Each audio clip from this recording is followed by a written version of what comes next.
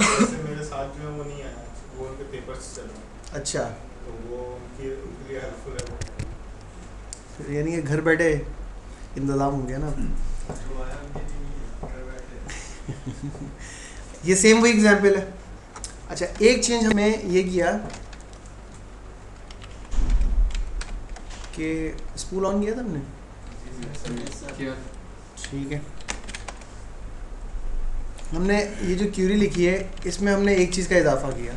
ये हमें क्या दिखा रहा है अभी क्या दिखा रहा है? टोटल सैलरी कितनी है, मिनिमम छोटी सैलरी क्या है, सबसे कम सबसे ज़्यादा, एवरेज क्या है, और टोटल कितनी सैलरीज या नंबर ऑफ एम्प्लॉयज़ कितने हैं। अब हमने थोड़ा सा इसमें इजाफा किया, where department number equal to 10, यानी कि ये तमाम इन्फॉर्मेशन मुझे किस डिपार्टमेंट की देखनी है, डिपार्टमेंट नंबर 10 के बारे में मुझे सिर्फ ये बताओ, ओवरऑल हमें नहीं देखना। डिपार्टमेंट नंबर 10 में 4 एम्प्लॉयज़ हैं और उनकी एवरेज सैलरी ये है, उसमें सबसे बड़ी सैलरी ये है, मिनिमम सैलरी ये है, और समझिए, ठीक है। यानी कि हम यहाँ पर वेयर क्लॉज भी यूज़ कर सकते हैं किसी भी किस्म की। वेयर जॉब इन, वो एम्प्लॉयज़ जिनकी जॉब क्लर्क है या जिनकी जॉब सेल्समैन है, उनकी इंफॉर्मेशन दो ये।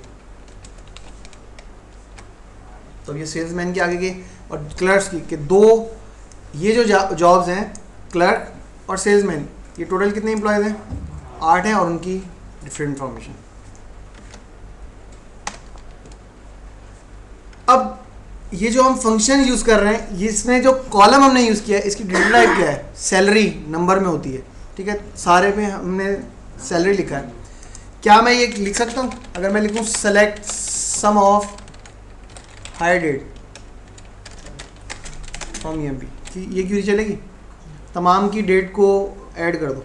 डेट में डेट ऐड होती है? नहीं होती। क्या एरर आ गया? Inconsistent data types, expected number got date. तो सम नहीं कर सकते आप, लेकिन आप क्या कर सकते हैं?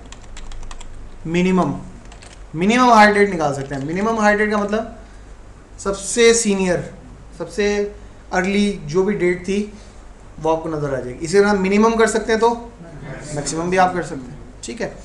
अच्छा, वो कौन सा फंक्शन ऐसा लग रहा है आपको कि जो कि किसी भी किस्म के कॉलम पर आप अप्लाई कर सकते हैं? यानी कि चाहे उसमें नंबर लिखा हो, चाहे उसमें डेट हो, चाहे उसमें काउंट का फंक्शन जो है वो किसी पे भी लग सकता है, क्योंकि उसका काम क्या है? सिर्फ और सिर्फ काउंट करना कि इसमें वैल्यू है या नहीं। वैल्यू किसी भी डेटा टाइप में हो सकती है आपकी, ठीक है। मिनिमम जो है वो आप कैरेक्टर में लगा सकते हैं। अगर मैं लिखूँ सेलेक्ट मिनिमम ई नेम, ठीक है, और मैंने लिखा मैक्सिमम ई नेम, तो क्या ये क्वेरी चलेगी?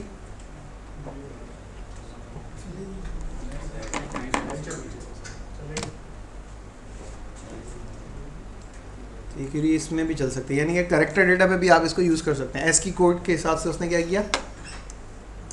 मिनिमम एस की कोड क्या होता है?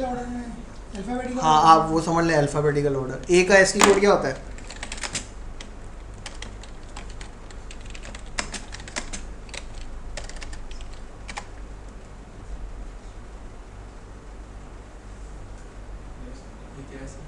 बैक पे कोड होते हैं, आप जो भी चीज़ टाइप करते हैं उसका बैक पे कोड होता है, ठीक है। ये हमें कैसे पता चलेगा ए का 65 था? ये फिक्स होते हैं, ये मेरे सिस्टम का नहीं है ये। हाँ, ये बैक पे फिक्स होते हैं, हमें इसकी ज़रूरत नहीं होती यहाँ आमतौर पे, लेकिन हम इसकी बेस पे कुछ काम कर रहे होते हैं प्रोग्रामिंग के अंदर। 12 ये फिक्स है। 65 ए का जो है 65 है, बी का इससे अगला, उससे अगला, उससे अगला। आप इसमें क्या लिखने जा रहे हैं? नहीं, इसमें तो आप सिर्फ करेक्टर लिखेंगे ना, यानी कि अगर आप बी लिख दें, ठीक है, और ये आप ये भी नोट करें कि आप कैपिटल लिख रहे हैं। हर की जो आप प्रेस करते हैं उसका बैक पे एक फिक्स कोड मौजूद है, एस की कोड कहते हैं उसको, ठीक है।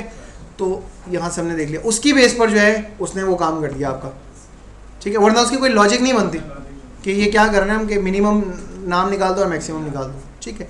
लेकिन बहरहाल ये काम भी इसमें हो सकता है।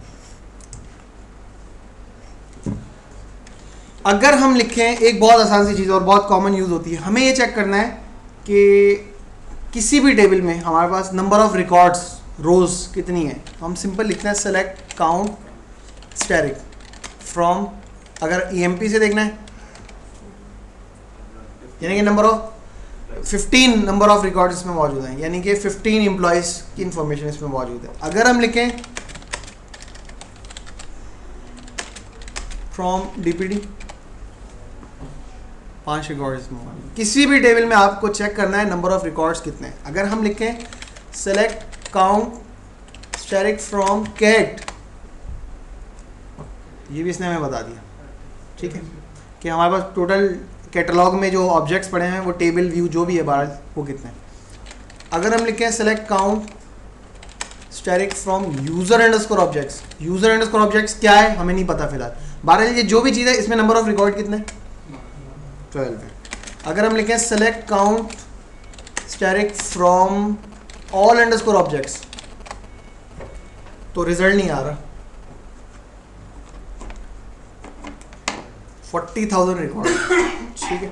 यूज़र अंडरस्कोर ऑब्जेक्ट्स एक ऐसा डेटा हिस्ट्री का व्यू है जो हम आगे जाके पढ़ेंगे भी, जिसके अंदर ये इन्फॉर्मेशन होती है कि करंट यूज़र ने डिफरेंट टाइप के कौन कौन से ऑब्जेक्ट्स बनाए हुए हैं, क्योंकि अभी हमें टेबल के अलावा किसी चीज़ का पता ही नहीं है तो हम वहाँ जा ही नहीं रहे।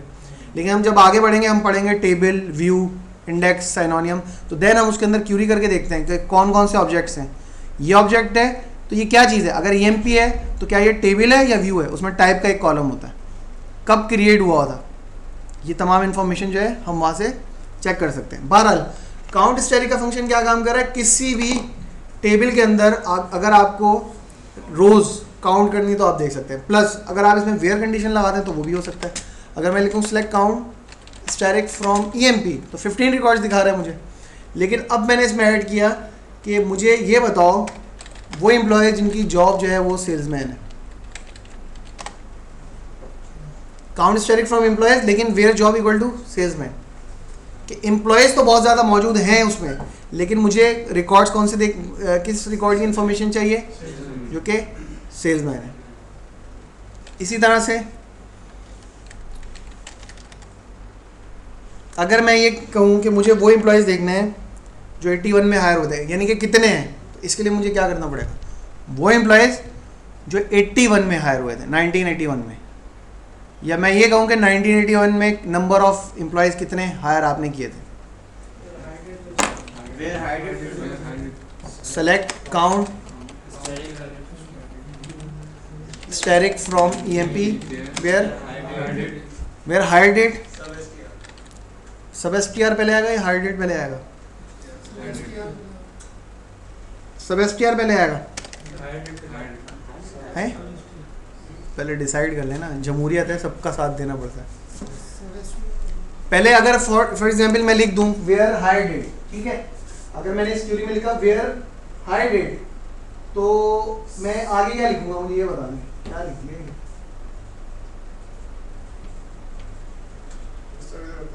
अब यहाँ पर आप क्या बताओगे, वेयर हायर डेट लाइक, इसके बाद लाइक ये कुछ, चलो ऐसे भी हो सकता है वेयर हायर डेट लाइक, ठीक है, लेकिन ये लाइक सब STR को साइड पे कर दें, ये भी कर सकते हैं, लेकिन मेन चीज़ जो इसके लिए यूज़ होती है वो है 2 कैरेक्टर या 2 चार का फंक्शन, वहाँ से करना है हमने, क्योंकि उसके ज़रिए ही यूज़ हो रहा होता है। तो हमने क्या लिखा वेयर 2 चार ऑफ हायर डेट, और इसमें से ईयर निकाला और इक्वल टू हो किसके 1981 के। 1981 में 10 एम्प्लॉयज़ हायर हुए थे, हमें कैसे यकीन होगा ये सही कह रहा है गलत कह रहा है, अब देखकर बताएं क्या ये सही कह रहा है, वेरीफाई भी तो करना है ना, हो सकता है गलत कह रहा, हो सकता है हमारी क्यूरी में कोई मिस्टेक हो, ठीक है। तो हम वेयर क्लॉज इसमें यूज़ कर सकते हैं कि फला क्राइटेरिया के मुताबिक नंबर ऑफ रिकॉर्ड्स कितने मौजूद हैं। सेकंड, काउंट स्टैटिक का मतलब होता है नंबर ऑफ रिकॉर्ड्स, रोज़ कितनी मौजूद हैं। सेकंड हमारे पास जो चीज़ है, हम काउंट स्टैटिक में स्टैटिक के बजाय कोई कॉलम का नाम लिख देते हैं। अगर मैं लिखूँ सेलेक्ट काउंट स्टैटिक के बजाय एम्प्लॉय नंबर, तो अब क्या रिजल्ट आएगा, यानी कि हर टेबल के रो पे देखो जहाँ पर एम्प्लॉय नंबर में वैल्यू है उसको काउंट करो, यहाँ पे भी वैल्यू सब में मिलेगी, क्योंकि ये जो है एक रिक्वायर्ड कॉलम है, इसको ब्लैंक नहीं छोड़ सकते, नल नहीं छोड़ सकते। यही चीज़ हमने जब लिखी कमीशन पर 4 आ गए। 4 क्यों आए? चौथा नल है। 4 के अलावा बाकी नल। 4 एम्प्लॉयज ऐसे हैं जिनके कमीशन के कॉलम में कोई ना कोई वैल्यू मौजूद है, बाकी तमाम क्या है? नल है। तो नल को काउंट जो है वो तो नंबर भी दे सकते हैं, जैसे ई नेम फर्स्ट नंबर पे है, सेकंड नंबर पे ई नेम, हाँ उसमें काउंट के अंदर कोई भी कॉलम यूज़ कर सकते हैं, क्योंकि उसमें डेटा टाइप का मसला ही नहीं है, उसमें सिर्फ वैल्यू चेक करनी है, कोई भी वैल्यू हो, कोई भी डेटा टाइप हो। अगर मैं यहाँ लिख दूँ एनवीएल ऑफ कमीशन कॉमा 0, अब क्या रिजल्ट आएगा? 15 हो गया। क्यों? क्योंकि जहाँ पर नल मिलेगा वहाँ पर रिप्लेस क्या हो गया? 0, और 0 एक वैल्यू है। अब इसने वो दिखा दिया, ठीक है। ये एग्जाम्पल भी यही काम कर रही है। अगर आपने लिखा काउंट स्टैटिक, तो 5 रिकॉर्ड्स हैं डिपार्टमेंट नंबर 50 के अंदर, लेकिन जब आपने काउंट कमीशन परसेंटेज लिखा तो हमें पता चला उसमें 3 एम्प्लॉयज, यानी कि वो नल वैल्यूज जो है उसको इग्नोर कर देता, उसको उसमें काउंट नहीं करता। इसी तरह से हम डिस्टिंग के अंदर ये काम कर सकते हैं। अगर हम लिखें select distinct DPDNO from EMP, ये क्या रिजल्ट लेकर आएगा? सिर्फ ये क्यूरी, यानी कि DPDNO के कॉलम में डुप्लीकेशन हटाकर हमें बताओ कौन कौन सी वैल्यूज हैं। यानी कि डिपार्टमेंट नंबर 10 में 10 एम्प्लॉयज़ भी काम कर रहे होंगे, तो डिपार्टमेंट नंबर 10 में एक तो कर रहा है ना, कम से कम एक बार आपको प्रिंट कर देगा, बाकी डुप्लीकेशन साइड पर हो जाएंगे। यानी कि डिपार्टमेंट नंबर 10, 20 और 30। अब हमने यहाँ लिखा काउंट। फिर इसमें क्या था डिस्ट्रिक्ट में? समझ नहीं। काउंट क्या कह रहे हो? डिस्ट्रिक्ट वाला समझ नहीं आया। एक एम्प्लॉय है, ठीक है, डिपार्टमेंट नंबर 10 में काम करता है, एक और एम्प्लॉय है वो भी 10 में काम करता है, एक एम्प्लॉय है वो 20 में काम करता है, ठीक है। अब हमने कहा कि इसमें डिस्टिंग करो। डिस्टिंग का मतलब है 10 है इसमें, जितनी बार भी है हम एक बार प्रिंट करो, डुप्लीकेशन हटाकर बता दो 10 और 20, चाहे ये वैल्यू एक बार है या 1,00,000 बार है, ये एक बार यहाँ दिखा देगा, ये इसके अंदर ये वैल्यू मौजूद है। डुप्लीकेशन एलिमिनेट कर देता है, खत्म कर देता है, और आपको विदाउट डुप्लीकेशन भी दिखाता है, ठीक है। जॉब पे भी कर सकते हैं ना, जॉब पे भी कर सकते हैं, जॉब पे कर लेते हैं, यानी कि डिफरेंट जॉब्स आपके पास कौन कौन सी मौजूद है, ठीक है। अच्छा, हम यहाँ लिख रहे थे, हमने लिखा ये रिजल्ट क्या ला रहा था? 10, 20, 30, जो भी बारह रिजल्ट ला रहा था हमने लिख दिया काउंट, और इसके अंदर ये लिख दिया। तो इसका मतलब क्या होगा कि पहले डिस्टिंग का फंक्शन उसने क्या काम किया? 10, 20, 30 आ गए। अब काउंट, इसको काउंट करेगा कितने? 3। कॉमा कहाँ आएगा? कॉमा की क्यों जरूरत पड़ गई? कोई ज़रूरत है?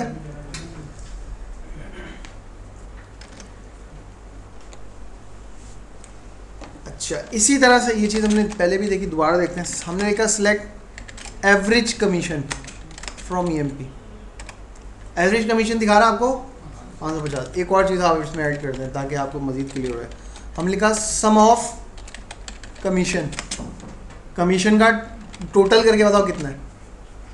2200 टोटल कमीशन है, और एवरेज जो है ये कह रहे हैं 550 है। कितने एम्प्लॉयज ले रहे हैं? 4। काउंट, और इसके अंदर भी आपने कमीशन लिख दिया। अब हमें पता है 4 एम्प्लॉयज हैं, टोटल उनका 2200 बन रहा है और एवरेज 550 बन रहा है। अब हमने सिर्फ क्या किया? NVL of this comma 0। 2200 को पहले कितने बंदे शेयर कर रहे थे? 4 बंदे। अब कितने हो जाएंगे? तो अब जो है एवरेज जो है नीचे जाएगी, हिस्सेदार ज़्यादा आ गए, हिस्सा कम बनेगा उनका।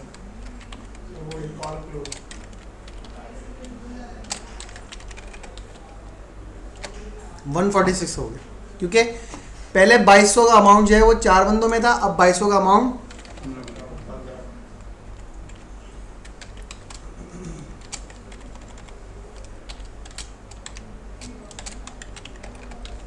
15 एम्प्लॉयज़ के अंदर डिवाइड हो गया। तो यानी कि अगर आप किसी भी ऐसे कॉलम में जिसमें नल मौजूद है उसको कोई भी फंक्शन लगाते हैं तो वो नल वैल्यूज़ को इग्नोर कर देता है, और एनवीएल के ज़रिए हम उसमें इस तरह से काम कर सकते हैं, तो वो नल वैल्यूज को भी इंक्लूड कर लेगा। क्रिएटिंग ग्रुप ऑफ डेटा, अब तक हम सिर्फ ये देख रहे थे टोटल सैलरी कितनी है, मिनिमम सैलरी कितनी है, मैक्सिमम कितनी है, एवरेज कितनी है, काउंट वगैरह वगैरह। अब हमें ये इन्फॉर्मेशन जो है देखनी है, लेकिन अब हमने थोड़ा सा इसको चेंज किया कि मुझे ये बताओ डिपार्टमेंट नंबर 10 की टोटल सैलरी कितनी है, 20 की कितनी है, 30 की कितनी है। पहले तो ओवरऑल आ रहा था पूरे टेबल के अंदर का टोटल, यानी कि एक कंपनी है उसके अंदर जितने भी एम्प्लॉयज़ काम कर रहे हैं उन एम्प्लॉयज़ की सैलरी का टोटल कितना बन रहा है वो हमने पहले देख ली। लेकिन अब हमने क्या देखना है, ग्रुप वाइज 10 की अलग बताओ, 20 की अलग बताओ और 30 की अलग बताओ। तो इसके लिए हमने लिखा सेलेक्ट डिपार्टमेंट नंबर, यानी कि डिपार्टमेंट नंबर जो है वो प्रिंट करो, देन उसके बाद सम ऑफ सेल दिखाओ, मैं टोटल सैलरी दिखाओ फ्रॉम ईएमपी। एरर दे दिया इसने,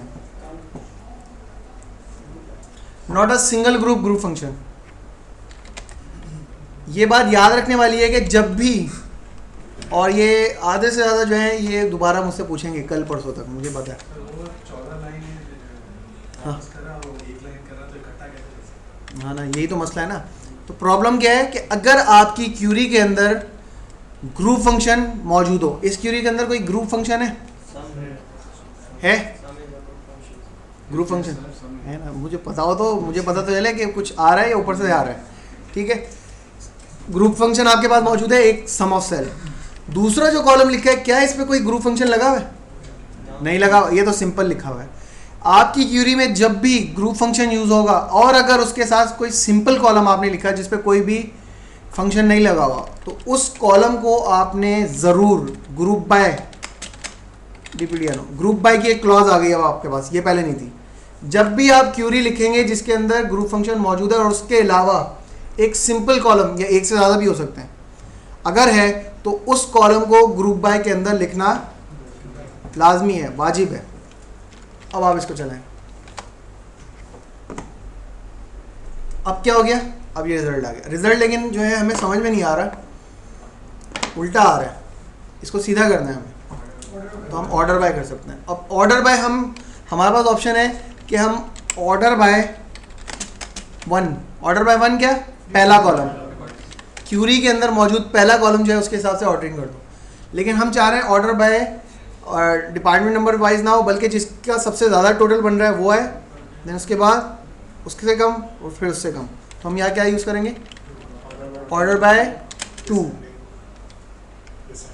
डिसेंडिंग यूज़ करेंगे। डिसेंडिंग क्यों यूज़ किया, हाई टू लो आपको याद है। तो ऑर्डर बाय 2 के अलावा और मैं कुछ लिख सकता हूँ यहाँ पर, सम ऑफ सेल,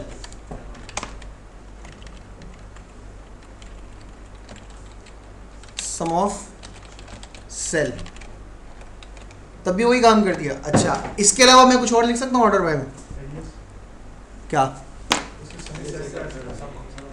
हमने यहाँ पर इसका एलियस दे दिया, ठीक है, और इस एलियस को मैंने यहाँ लिख दिया।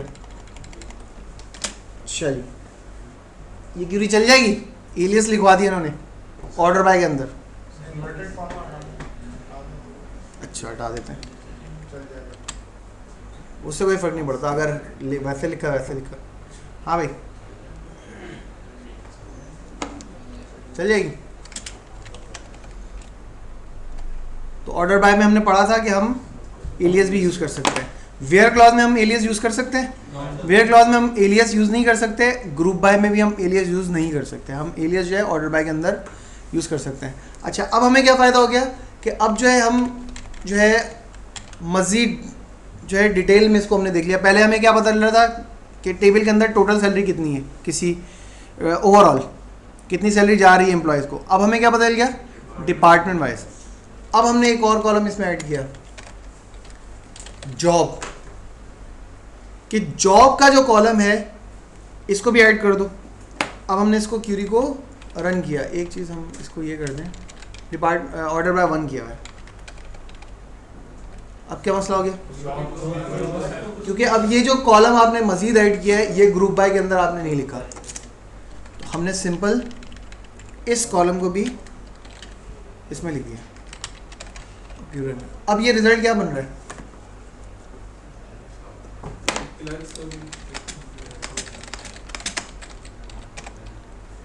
ठीक है, एक मिनट इसको दोबारा से रन करता हूँ।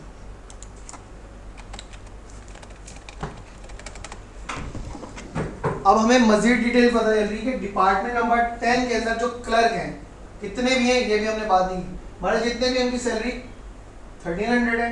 डिपार्टमेंट नंबर 10 में दूसरी जॉब है मैनेजर्स, उनका टोटल क्या बन रहा है? डिपार्टमेंट नंबर 10 में प्रेसिडेंट जितने भी हैं उनकी सैलरी बन रही है। अब सिर्फ सम सेल हमने लिखा है, हमने इसमें मजीद ऐड किया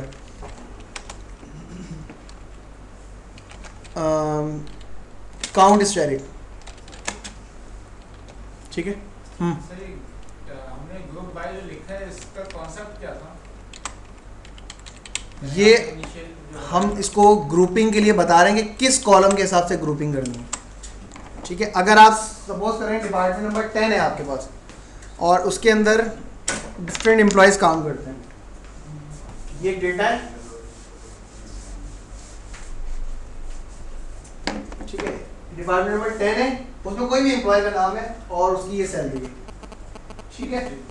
एक और एम्प्लॉय है, उसकी सैलरी ये है, ठीक है। एक और एम्प्लॉय है, उसकी सैलरी जो है ये, ठीक है। डिपार्टमेंट नंबर 20 है, उसमें एक एम्प्लॉय, उसकी सैलरी 1000, एक एम्प्लॉय उसकी सैलरी 2000, एक और एम्प्लॉय है, उसकी सैलरी 5000, ठीक है। डिपार्टमेंट नंबर 30 है, उसके अंदर एक एम्प्लॉय, उसकी सैलरी 4000। जब हमने सिर्फ लिखा था सम ऑफ सेल, ग्रुप पे ऐड नहीं किया था, क्या किया था इसने? इन सब का जो भी टोटल बन रहा है वो लिखा हुआ आ गया आपके पास। लेकिन अब हम चाह रहे हैं कि मुझे हर डिपार्टमेंट के हिसाब से दिखाओ कि डिपार्टमेंट नंबर 10 के अंदर जो एम्प्लॉयज हैं उनका टोटल क्या बन रहा है। तो मुझे इसने बताया कि डिपार्टमेंट नंबर जो 10 है ना, उसका टोटल कितना है? 10,000। डिपार्टमेंट नंबर 20 का टोटल कितना है? तमाम रोज को इसने ऐड किया 8,000।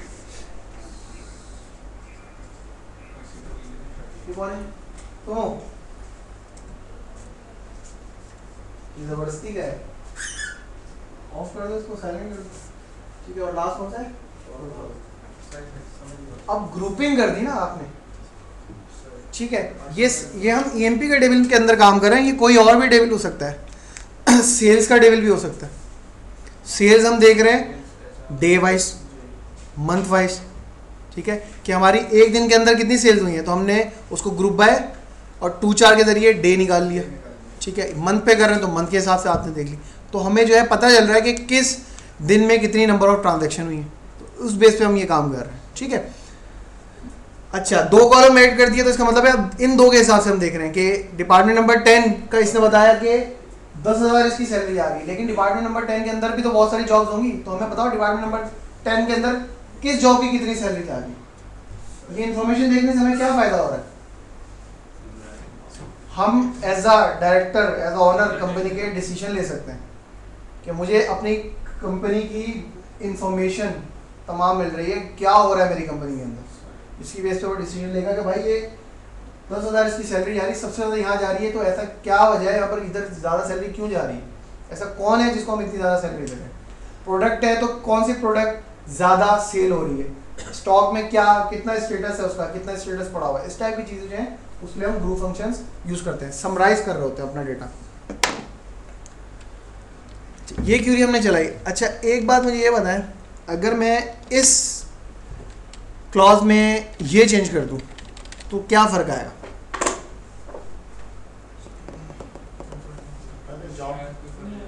आउटपुट में क्या फ़र्क आएगा? ऑर्डर बाय तो 1 है, कोई चेंज नहीं होगा, कुछ चेंज होना चाहिए। हाँ भाई, मैंने अगर लिखा group by DPTNO comma job आना चाहिए, मतलब वो तो इसके हिसाब से आएगा ना जो आपने सिलेक्ट में लिखा है। हाँ, अब कोई पिछली जो क्यूरी हमने चलाई थी और अब मैं जो क्यूरी चलाऊंगा इसमें क्या कोई फ़र्क आएगा रिजल्ट में? अगर मैं कहूँ डिपार्टमेंट नंबर 10 के अंदर जो क्लर्क है उसकी सैलरी इतनी है, ठीक है, या मैं कहूँ क्लर्क जो डिपार्टमेंट नंबर 10 में उसकी सैलरी 1300 है, कितना फ़र्क आया? एक ही बात है ना, रिजल्ट में किसी किस्म का चेंज ही नहीं है क्योंकि सेम है, तो आप इसमें कॉलम्स कर सकते हैं इसके अंदर, ठीक है। मल्टीपल कॉलम, अच्छा स्कॉट के यूज़र में डेटा बहुत कम है, हम यही काम जो है एचआर के यूज़र में जाके करते हैं जी। Number of employees, number of records, department number 10 में क्लर्क के कितने एम्प्लॉयज़ हैं, डिपार्टमेंट नंबर 10 में मैनेजर्स के कितने रिकॉर्ड्स हैं, यानी कि कितने एम्प्लॉयज़ हैं, डिपार्टमेंट नंबर 20 में एनालिस्ट कितने। ये डेटा कम है, मैं इसकी वजह से दूसरे पे जा रहा हूँ, वहाँ पर आपको थोड़ा ज़्यादा नज़र आएगा, ठीक है। हम आ गए एचआर के यूज़र पे, एचआर है, ठीक है। हमने लिखा select department underscore ID, job underscore ID और सम ऑफ सैलरी होता है यहाँ पर कॉलम, और काउंट स्टैरिक भी हमने यूज़ कर ली, count asterisk from employees. Enter करूँगा ये क्वेरी चल जाएगी, क्यों, वजह ग्रुप बाय करना पड़ेगा, हमें ग्रुप बाय करना पड़ेगा, group by department underscore ID और जॉब अंडरस्कोर आईडी के। और एक और काम करते हैं, ऑर्डर बाय 1,2 पहले कॉलम पे फिर सेकंड कॉलम पे। क्या हुआ, डिपार्टमेंट नंबर 10 में एक ही जॉब है, जॉब भी एक है, एम्प्लॉय भी एक है, यानी कि डिपार्टमेंट नंबर 10 में एक ही बंदा काम करता है। 20 के अंदर कितने एम्प्लॉयज हैं, डिपार्टमेंट नंबर 20 जो है उसमें 2 एम्प्लॉयज काम करते हैं और दोनों की जॉब अलग अलग है और सैलरीज आपके पास लिखी है। डिपार्टमेंट नंबर 30 में 2 जॉब्स हैं, पहली जॉब के अंदर 5 एम्प्लॉयज हैं, उनका जो भी टोटल बन रहा है वो आपको नजर आ रहा है। डिपार्टमेंट नंबर 50 में अगर आप देखें क्या इन्फॉर्मेशन, डिपार्टमेंट नंबर 50 के अंदर जो है 3 जॉब्स हैं, ठीक है, नजर आ रही है, S H clerk, S T clerk, S T manager. और S H clerk number of employees 20 हैं, उनकी टोटल सैलरी ये जा रही है, ठीक है। और एसटी क्लर्क जो है 50 में वो भी 20 हैं, उनकी सैलरी की जा रही है, और मैनेजर जो है इसके अंदर 5 हैं। यानी कि ये मजीद इसको आप डिटेल में देख रहे हैं कि अब पहले एक कॉलम के हिसाब से दिखा रहा था हमें, अब हमने उसको 2 कॉलम, ये 2 है, ये 3 4 5 6 7 जो भी आपकी रिक्वायरमेंट है उसके मुताबिक ये हो सकते हैं। अच्छा, एक और चीज़ इसमें हम देखते हैं, सेलेक्ट स्टैरिक फ्रॉम रीजन्स। कितने रीजन्स हैं, सेलेक्ट स्टैरिक फ्रॉम कंट्रीज, ठीक है। हर एक कंट्री का ताल्लुक किसी ना किसी रीजन में। हमें ये चेक करना है कि हर रीजन में नंबर ऑफ कंट्रीज कितने हैं। क्या क्यूरीज होगी, क्यूरी क्या लिखूंगा मैं, select count asterisk number of countries, और ये तो मैं बदल जाएगा कितने कंट्रीज हैं। आगे region underscore ID from, table कौन सा है, टेबल एचआर है, countries group by region underscore ID. तो हमें क्या बदल रहा है, रीजन आईडी 1 जो भी है, अभी हमें क्योंकि हमने ज्वाइनिंग नहीं पढ़ी तो हमें ऊपर जाके देखना पड़ा है। रीजन आईडी 1 कौन है, यूरोप है, यूरोप में 8 कंट्रीज हैं जो कि इसके अंदर मौजूद हैं। इस तरह 2 के अंदर 5 हैं, 2 क्या है, फिर ऊपर क्या है, 3 क्या है, 4 क्या है, हमें देखने जा रहे हैं। जब हम ज्वाइनिंग पढ़ लेंगे तो हम ये भी कर सकते हैं कि यही काम हम सेम कर रहे हैं, लेकिन इसमें नाम रीजन आईडी के बजाय रीजन नेम लिखा आएगा, और वो क्योंकि दूसरे टेबल के अंदर मौजूद है तो उसके लिए हम जब ज्वाइनिंग का चैप्टर पढ़ेंगे नहीं उठा सकते अभी फिलहाल। कंट्रीज के अंदर रीजन नेम है नहीं है ना, रीजन नेम जो है वो अलग टेबल के अंदर है जी। आपने एक वो नेशनल ज्वाइन, वो सिर्फ दिखाया था, वो ट्रेलर था, अच्छा वो सिर्फ ट्रेलर, हाँ वो यूज़ करेंगे हम, आज ही करेंगे, आज ये चैप्टर ख़त्म हो जाएगा तो इसके बाद, ठीक है। तो ग्रुप बाय क्लॉज हमने इसमें ऐड की।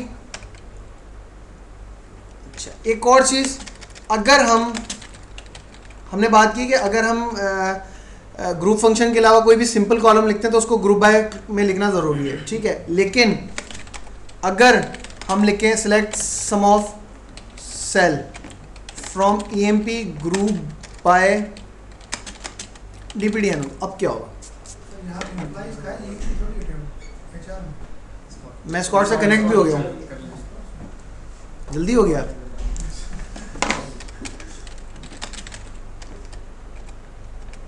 ठीक है, L फॉर लिस्ट आपकी लास्ट जो भी क्यूरी है वो डिस्प्ले हो जाती है। ठीक है, अच्छा तो अब ये क्यूरी चल जाएगी। इसके अंदर हमने बात की थी कि वो कॉलम जो सिलेक्ट स्टेटमेंट में लिखा है उसका लाजमी है जो कि सिंपल है ग्रुप बाय क्लॉज में लिखें, लेकिन अब हमने ग्रुप बाय क्लॉज में एक ऐसा कॉलम लिख दिया जो कि स्टेटमेंट में मौजूद ही नहीं है,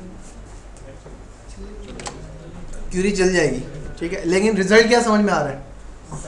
9000। हाँ, सम ऑफ सेल दिया हुआ डिपार्टमेंट कौन से डिपार्टमेंट का? 9400 कौन से डिपार्टमेंट का? दिए नहीं है। नहीं पता चलेगा। यानी कि क्यूरी की रिक्वायरमेंट जो है वो ये है कि ग्रुप बाय के अंदर आप वो कॉलम लिख सकते हैं जो कि ऊपर लिखा हुआ या नहीं लिखा हुआ। सिलेक्ट स्टेटमेंट में लिखें या नहीं लिखें, आप ग्रुप बाय में लिख सकते हैं, लेकिन अगर आपने सिलेक्ट की स्टेटमेंट में लिख दिया तो वो ज़रूरी है ग्रुप बाय में ज़रूर लिखें। तो रिजल्ट आपका मीनिंगफुल नहीं है इस वजह से भी।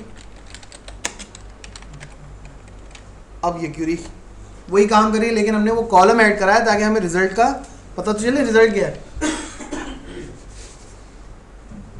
जैसे ये वही example, the group by column does not have to be in the select statement. ज़रूरी नहीं कि वो उसके अंदर लिखा हो, लेकिन रिजल्ट जो है फिर आपको समझ में नहीं आएगा कि ये क्या काम हुआ है इसमें। Grouping by more than one column, ये हमने करके देखा, department ID and job ID. और सम सेल मैं यूज़ कर रहा हूँ, ये ज़रूरी नहीं कि सिर्फ सम ही हो सकता है, बाकी तमाम जो फंक्शंस हैं आप वो भी यूज़ कर सकते हैं इसके अंदर।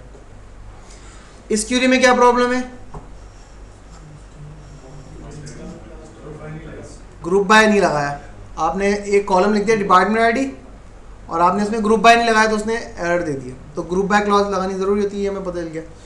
अच्छा, अब दूसरा जो मसला है वो ये कि अगर मैं लिखूं सेलेक्ट DPDNO, ठीक है, और सम ऑफ सेल, या सम ऑफ सेल हमने बहुत कर लिया, अब हमने लिखा मैक्स सेल फ्रॉम EMP और ग्रुप बाय DPDNO। ये क्यूरी क्या करेगी? हर डिपार्टमेंट की जो सबसे मैक्सिमम सैलरी है वो लेकर आ जाएगी, आगे कोई मसला नहीं। अब जो है जो रिक्वायरमेंट है वो ये है कि आपको ये अभी क्या दिखा रहा है, डिपार्टमेंट नंबर 10 की मैक्सिमम सैलरी बड़ी सैलरी है, डिपार्टमेंट नंबर 20 की है और 30 की है। अब आपसे कहा गया कि मुझे हर डिपार्टमेंट की मैक्सिमम सैलरी देखनी है, आपने ये क्यूरी बना दी हो गया, लेकिन मजीद कि मुझे हर डिपार्टमेंट की सैलरी देखनी तो है, लेकिन उन डिपार्टमेंट की मैक्सिमम सैलरी देखनी है जिनका मैक्सिमम जो है वो 4000 से ज़्यादा। ठीक है, क्या मतलब? ये हम HR पे इस पे इसको जाके हम करते हैं, या पहले यहीं पे कर देते हैं कि हमें डिपार्टमेंट्स की मैक्सिमम सैलरी देखनी है तमाम की, लेकिन उन डिपार्टमेंट की मैक्सिमम सैलरी दिखाना जिनकी मैक्सिमम सैलरी एटलीस्ट 4000 हो। इससे कम जिसकी है उसकी हमें फिक्र नहीं है, उसको नहीं देखना। तो अब हम यहाँ पे क्या ऐड करेंगे? वेयर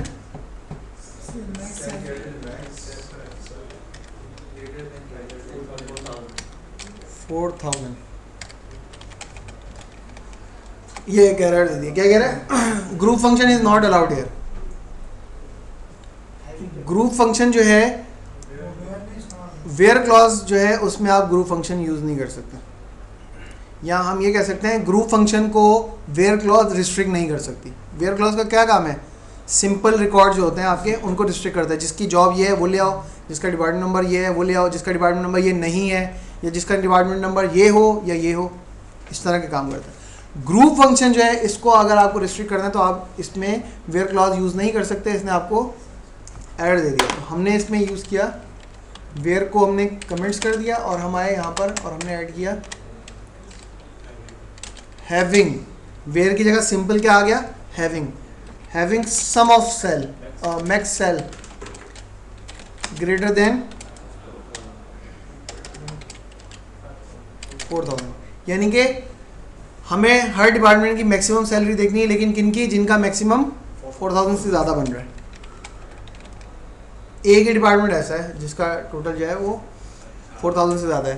तो ग्रुप फंक्शन को अगर आपको रिस्ट्रिक्ट करना है तो आप उसमें हैविंग यूज़ करें। वेयर का काम करेगा। हैविंग ये यहाँ पर वेयर का काम कर रहा है। ठीक है, लेकिन इसका मतलब ये नहीं कि अगर आपने हैविंग यूज़ किया तो आप वेयर क्लॉज यूज़ नहीं कर सकते। वेयर क्लॉज से आप जो भी काम करते हैं वो आप काम यहाँ पे अभी भी करवा सकते हैं, कोई भी कंडीशन है जिसकी जॉब ये हो वगैरह वगैरह। ये मैं ग्रुप बाय के ऊपर भी लिख सकता हूँ, लेकिन एक परफॉर्मेंस का इसमें इशू है तो हम पहले इसको कहते हैं कि पहले ग्रुप करो। ग्रुप का मतलब पहले ग्रुपिंग कर दो, सारे सेट बना दिए उसने इंटरनल, अब हमने कहा इसमें से फला वाले रिकॉर्ड लेकर आना। ठीक है, तो हम इसको हमेशा इस वजह से नीचे लिखते हैं। ये देखें यहाँ पर भी लिखा हुआ है you can not use the where clause to restrict groups. ठीक है, अगर आपको ग्रुप फंक्शन जो है उसको रिस्ट्रिक्ट करना है, मतलब अगर हम ये लिखें सेलेक्ट DPTNO और सम ऑफ सेल, ये क्या करेगा, हर डिपार्टमेंट की सैलरी आपको दिखा देगा। ठीक है, लेकिन हमने कहा कि हमें डिपार्टमेंट्स की सैलरी तो देखनी है, लेकिन जिन डिपार्टमेंट की सैलरी कम से कम 9,000 बनती है ना, उससे शुरू करो, इससे नीचे वाली हमने सैलरीज नहीं देखनी। यानी कि हम जो ग्रुप फंक्शन यूज़ कर रहे हैं सम का, हम उसको रिस्ट्रिक्ट करना चाह रहे हैं। उसके लिए जब हम वेयर क्लॉज लगाते हैं तो वेयर क्लॉज हमें एरर दे देता है कि हम ये काम जो है, जो कि हमारे दिमाग में फ़ौरन से यही आता है कि हम काम ये इससे कर सकते हैं, तो वो हमें एरर दे देते हैं कि आप ये जो काम कर रहे हैं ना सिंपल, ये वेयर क्लॉज के अंदर नहीं हो सकता। अगर आप यही काम करना चाह रहे हैं तो आप क्या करें, हैविंग यूज़ कर लें। ठीक है, ग्रुप फंक्शन को रिस्ट्रिक्ट करने के लिए हम इसको यूज़ करते हैं। रिस्ट्रिंग, ठीक है, ये वही एग्जाम्पल है आपकी, पता नहीं है।